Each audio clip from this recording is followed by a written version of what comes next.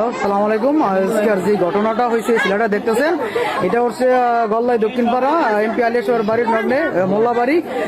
এই হারুন ভাইয়ের মেয়ের জামাই নতুন বিয়ে হয়েছে। এতে তার নিজের জবানবন্দি দেখেন, মেয়েটা মারা গেছে সবাই জানে, তবে তার জবানবন্দি আমরা এখন নিচ্ছি যে আসলে হচ্ছে ঘটনাটা কি হয়েছিল। বলো। হ্যাঁ, তোমার কেউ মারবে না, বলো।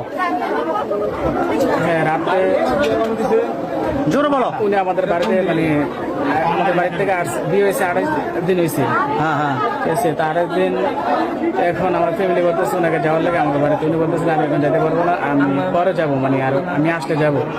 আমি আসছি বৃহস্পতিবারে সন্ধ্যার পরে, বৃহস্পতিবার থাকি, শুক্রবার সকালে আমি তাকে বলছি যে আমাকে বাড়িতে চলো, আর এখানে কতদিন থাকবো, এখানে 17-18 দিন একজন আছে, বিয়ে 28 দিন। পরে উনি বলতেছে উনি শনিবার সকালে যাবো। পরে আমি শুক্রবার রাতে ওনারা বলতেছি কালকে কিন্তু চলে যেতে হবে, কালকে মিস নাই কিন্তু। পরে উনি বলতেছে না যাবো না। পরে এগুলা বলতেছে, পরে আমি কই না যাইতে হবে, তুমি আর এখানে কতদিন থাকবা। পরে না যাবো না। পরে আমি ওনার ভিতরে থাপ করে দিই নাকে মুখে। পরে উনি হয়ে যায়, অজ্ঞানের মতন হয়ে যায়। পরে আমি ওর দিকে তাকে না, পরে আমি ওদিকে গেছি এই বালিশ টালিশ দিয়ে সাপাটা বাদাম না, বালিশ তেলে দিয়ে সাপাটা দিই নাই। দাও না, এভাবে মরে গেছে কেনা, মানে এমন জোর সাপোর্ট দিচ্ছে, মরে মারা গেছে। হ্যাঁ, তারপরে তুমি তো মাথায় পানি বা কাউরে তুমি আগে জানছি কাটা যে মেয়েটা যে মারা গেছে বা কি তুমি বলছিলা না? আমি ওই যে আমার বড় ভাইরে আমি বলি, ওই যে ভাইরা আমি বাইরে রাখছি যে ভাই শুনে দেন কি অবস্থা। সবার ডাইকে আনছি। আসলে আমি একটা জিনিস আমি শুনতে পাচ্ছি, তুমি কি আরেকটা বিয়ে করছো নাকি? যেটা আমি কোনো বিয়ে করি না। আমার একটা মেয়ের সাথে ওই যে কথাটা তো মেরে, ঠিক আছে, ওই মেয়ে আমার ফ্যামিলি, আমার বন্ধু বান্ধব সবার এমন হুমকি দেয় যে এই করবে, সেই করবে, এটা করবো, ওটা করবো, ঠিক আছে। কিছু না, বিয়ের সাথে কিচ্ছু হয় না। যদি হয় তাহলে মেয়েরে মেয়ের নাম কি? মেয়ের নাম কি? মেয়ের নাম হচ্ছে নাজু। আমি যেটা সবই জানি যে তুমি কাবিন নামাটা তুলে ফেলছো, এখন মেয়ে আবার নকলটা তুললে আসতেছে, মেয়েকে কিন্তু খবর দেওয়া হয়েছে মেয়ে আসতেছে। তুমি সত্য যেটা এটা বলে ফেলো, হ্যাঁ যে বিয়ে করে ফেলছো বাকি, ঠিক আছে। এখন মেয়ের বাপের নামটা বলো, আর বিয়ে শুধু করে থাকো এটাও বলো, সত্য বলে ফেলো। মেয়ের বাবার নাম আব্দুল আজিজ।